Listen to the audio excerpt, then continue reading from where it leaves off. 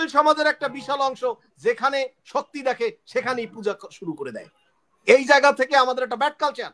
রাজনীতিবিদের যেমন দোষ আছে, আজকের এই যে আমাদের হাসিনা আক্তার বলেছেন যে এখনো তিনি মানে থ্রেট, আগেও থ্রেট ছিল, এখনো থ্রেট। এই থ্রেট গুলো কারা দিচ্ছে? সামরিক, এটা কি বিপ্লবী সরকার?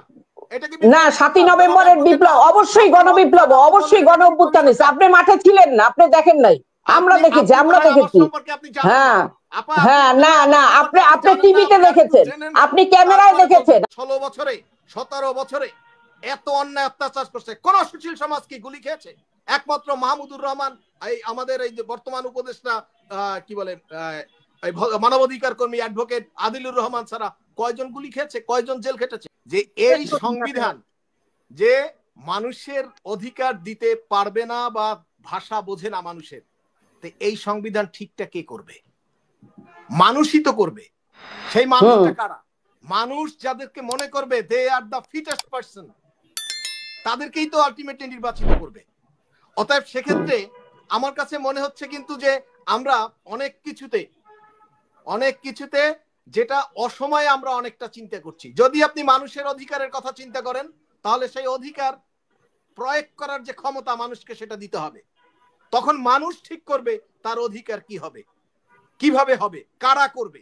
এটা কিন্তু আপনি আমি গুটি কয়েকজন লোক হাতে তুলে নেওয়ার কোনো সুযোগ নেই। যদি আমরা এখন একটা গণ অভ্যুত্থান হয়েছে, হাজার হাজার মানুষ শহীদ হয়েছে এবং সেটা সাধারণ মানুষ হয়েছে, এলিট ক্লাসের কয়জন হয়েছে আই ডোন্ট নো, আমার কাছে সেই লিস্টটা নাই। কিন্তু এদেশের কৃষক, শ্রমিক, মেহনতি মানুষ, ছাত্র জনতা নিহত হয়েছে, নিহত হয়েছে। অতএব তাদের ক্ষমতায়ন আপনি কখন করতে পারবেন? তাদের ক্ষমতায়ন করতে পারে একমাত্র নির্বাচন। তাদের ক্ষমতায়ন করার এটা ডক্টর ইউনূস সাহেব বলেন আর অন্যান্য যত সাহেবরাই বলেন, কখনো তাদেরকে ক্ষমতায়ন করতে পারবে না। তাদের ক্ষমতায়নে সাহায্য করতে পারবে শুধুমাত্র একটা সুস্থ নির্বাচন দিয়ে। এই সুস্থ নির্বাচন দেওয়ার জন্য বছরের পরে বছর সংস্কারের নামে অপেক্ষা করার কোনো দরকার নাই। আর আপনি এদেশের মানুষকে দিয়েই এদেশের শাসন ব্যবস্থাটাকে আপনি পরিচালনা করবেন। এই বাইরে থেকে এনে মানে লন্ডন, আমেরিকা বা আরো কোনো সুশীল সমাজকে এনে বাইরে থেকে আপনি কিন্তু এই সিস্টেমগুলোকে ডেভেলপ করতে পারবেন না। অতএব হঠাৎ করে একদিনের মধ্যে যদি আমরা আকাশচুম্বী স্বপ্ন দেখি, সেই স্বপ্ন আসলে দুঃস্বপ্নেও পরিণত হয়ে যায় সাধারণত।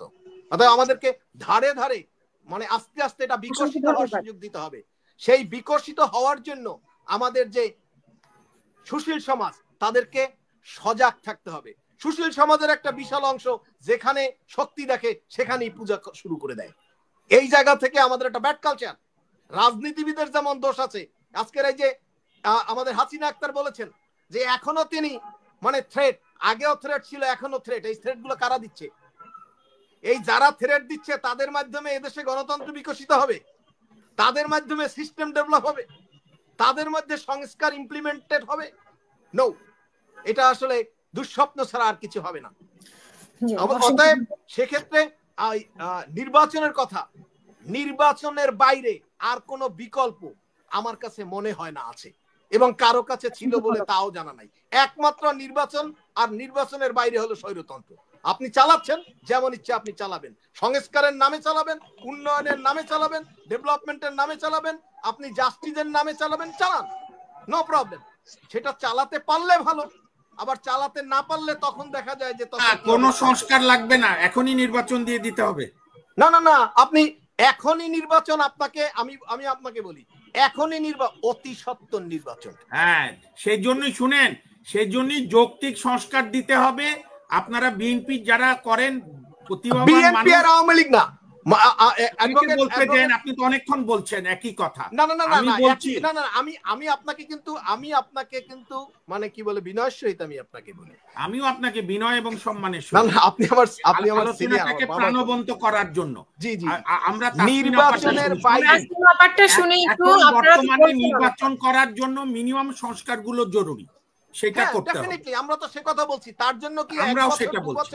এখানে না না, কেউ তো 2 বছর 3 বছরের কথা প্রশ্নই ওঠে না। আমরা বিএনপি যে কথাটা বলছে, শুধু বিএনপি না, আপনি বাদ দেন রাজনীতি, আমি একজন ভোটার, আমি একজন এদেশের নাগরিক, আমার রাইট। তো সেটাই ঠিক হোক না, কতটুকু সংস্কার মানুষ চাই। এখন তো সংবিধানের ৫৫ সংশোধনী উঠে গেছে, কাজী গণভোট হোক, যেটা শহীদ রাষ্ট্রপতি জিয়াউর রহমান করেছিল। গণভোটটা কে দেবে? এই গণভোটটা দেওয়ার রাইটসটা কি এই সরকারের আছে? এই সরকারের কেন জিয়াউর রহমান দেয় নাই? জিয়াউর রহমানও তো বিপ্লবের মাধ্যমে আসছে। জিয়াউর রহমান তো সামরিক শাসক ছিলেন, তিনি গণভোট দেয় নাই। আপনাকে বলি, জিয়াউর রহমানের সরকার আর এই সরকার, আপনি কি এটাকে এক স্কেলে নিয়ে আসতেছেন? না, জিয়াউর রহমানের উদ্ভবটা কিভাবে? বিপ্লবের মাধ্যমে। জিয়াউর রহমান নির্বাচনের মাধ্যমে ক্ষমতায় আসে নাই। জিয়াউর রহমান নির্বাচনের মাধ্যমে ক্ষমতায় আসে নাই। এখানে করতে চাচ্ছেন এই যে না না, আপনি বিপ্লবের মাধ্যমে আসছে এবং উনি দল করছে সামরিক। এটা কি বিপ্লবী সরকার?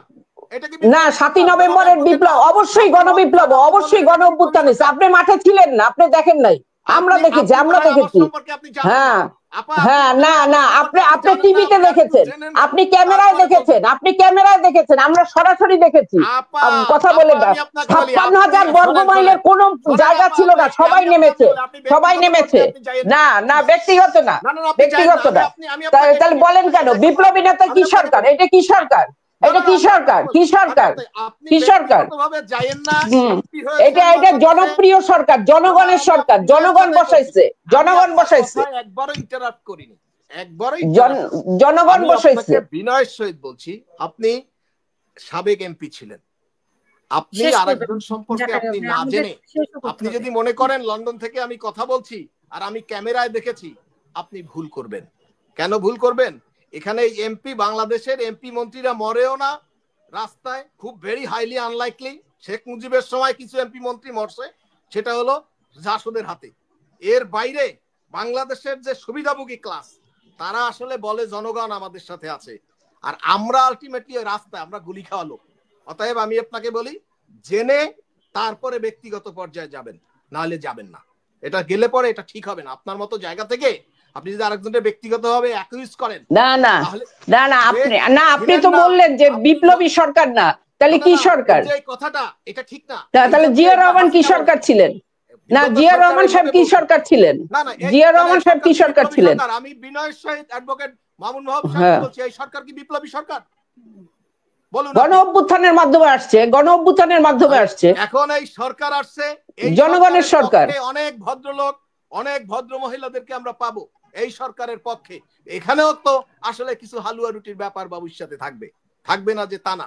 কিন্তু আমি কিন্তু ওই সময় দেখি নাই বাংলাদেশে শেখ হাসিনা গত 16 বছরে 17 বছরে এত অন্যায় অত্যাচার করছে। কোন সুশীল সমাজ কি গুলি খেয়েছে? একমাত্র মাহমুদুর রহমান, এই আমাদের এই যে বর্তমান উপদেষ্টা কি বলে মানবাধিকার কর্মী অ্যাডভোকেট আদিলুর রহমান ছাড়া কয়জন গুলি খেয়েছে, কয়জন জেল খেটেছে? নির্ধারিত দূরত্বে থেকে ভালো ভালো কথা বলে হাসিনা আক্তার আলোচনা আগান, কারণ জাকারিয়া সাহেব যেগুলো প্রশ্ন করছে এগুলোর এখন অনেক উত্তর দিতে হবে। না না, আমরা লম্বা করব না, তাসলিম আপার কথা কি শুনে আমরা আন্দোলন করেছি। আমি আপনাকে না না, 2000 শহীদ হলো, 2000 শহীদের মধ্যে রাজনৈতিক দলের নেতা কর্মীরা আছে না, বিএনপি নেতা কর্মী শহীদ হয়নি, না না, আমি আপনাকে বলছি শহীদ হয়নি। কে শহীদ? কোথায়? বিএনপি নেতা কর্মী শহীদ হয়েছে না? অবশ্যই হয়েছে। সেই কথাটা জামাতের হয়নি। না না না, সেই কথাটা উনি যখন আমাকে বললেন যে আপনি এই না, জনগণের এত বড় একটা ছাত্র মুভমেন্টের সরকারকে এত হালকা ভাবে আপনি তুচ্ছ তাচ্ছিল্য করে কথা বলছেন, এটা অবশ্যই এটা একটা, তাহলে তো হাসিনাই ঠিক ছিল আপনাদের জন্য, তো হাসিনাই ঠিক ছিল। হাসিনা তো 3 বারের প্রধানমন্ত্রী, 3 বারের প্রধানমন্ত্রী, সেই তো ঠিক ছিল আপনাদের জন্য। একটা গভর্নমেন্টকে কেউ হালকা ভাবে নিতে পারে না বা নিতেও চায় না। আপনি কেন এটাকে হালকা করতে? আপনি একটু থামতে হবে, আমরা শেষ করব। আচ্ছা, এখন আমি আপনাকে বলি, আমার কাছে যেটা মনে হচ্ছে, জনগণকে ক্ষমতায়ন করতে হলে জনগণের কাছে যেতে হবে। এবং আমি অ্যাডভোকেট, আমরা আপনার কথাটা এতক্ষণ ধরে আপনি বলছেন, আমরা শুনেছি। হ্যাঁ, আমি শেষ করে দিচ্ছি। 30 সেকেন্ড। সেটাই তো, এটাই তো জনাব মামুন মাহবুবের কথার সাথে আমি একমত হয়ে বলতে চাই যে অতীব জরুরি যে সংস্কারগুলো দরকার, অতি সত্বর সেগুলোকে অল্প টাইমের মধ্যে সম্পন্ন করে দ্রুত গতিতে বাংলাদেশকে নির্বাচনের দিকে এগিয়ে নিয়ে যাওয়াটাই বর্তমান সরকারের সবচাইতে দায়িত্বশীল কাজ হবে। এগুলো জীবনকে দিয়েছে বাংলাদেশে একটি অগণতান্ত্রিক সরকার বা অনির্বাচিত সরকার দীর্ঘদিন ক্ষমতায় থাকবে তার জন্য। নিশ্চয়ই তার জন্য নয়। এতগুলো জীবন দিয়েছে একটি ফ্যাসিস্ট সরকারকে উৎখাতের জন্য, এতগুলো জীবন দিয়েছে একটি বাংলাদেশের মানুষের যে চিন্তা চেতনা, তাদের অধিকার প্রতিষ্ঠিত হবে তাদের নির্বাচিত প্রতিনিধির মাধ্যমে, এটার জন্য। এর বাইরে মনে হয় অন্য কিছু নয়। এবং তাদের যে চিন্তা চেতনা, সেই চিন্তা চেতনাগুলো ভোটের মাধ্যমে প্রতিষ্ঠিত হতে পারে। এবং তাদের নির্বাচিত মানুষগুলি, জনগণের নির্বাচিত মানুষগুলি জনগণের জন্য, জনগণের যে নিরাপত্তা, জীবনমান বা নাগরিক সুবিধা বা রাইটস, সেগুলোকে এনশিওর করার জন্য তারাই পদক্ষেপ নেবে। আমার কাছে এটাই মনে হচ্ছে। অসংখ্য ধন্যবাদ। তার পাশাপাশি যে আমাদের আরেকজন প্রশ্নকর্তা বলেছে যে জাতীয় পার্টিকে কেন ডাকা হয়, জাতীয় পার্টিকে, আমি তার সাথে বলবো জাতীয় পার্টিকে বাদ দিয়েছে এটি যেমন যথার্থ হয়েছে যে গত স্বৈরাচারের দোসর হিসেবে, তার পাশাপাশি তাকে আমি বলবো, আমি আপনার সাথে একমত, আরো যারা যারা এই গত পতিত স্বৈরাচারকে সহযোগিতা করেছে, যে সকল আইন শৃঙ্খলা রক্ষাকারী বাহিনী বা সিভিল ব্রুকেশ, তাদেরকেও আইনের আওতায় আনা উচিত, তাদেরকেও এই প্রক্রিয়া থেকে বাইরে রাখা উচিত। আমি তার সাথে একমত হব।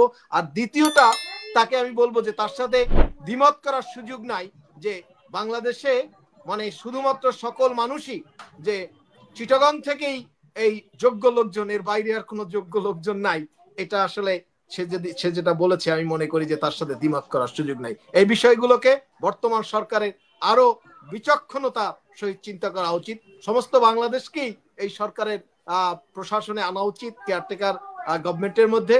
এবং শুধু যে এনজিওর বাইরেও যে আরো অনেক মানুষজন আছে, তাদেরকেও আসলে বিবেচনায় রাখা উচিত। আপনাকে ধন্যবাদ।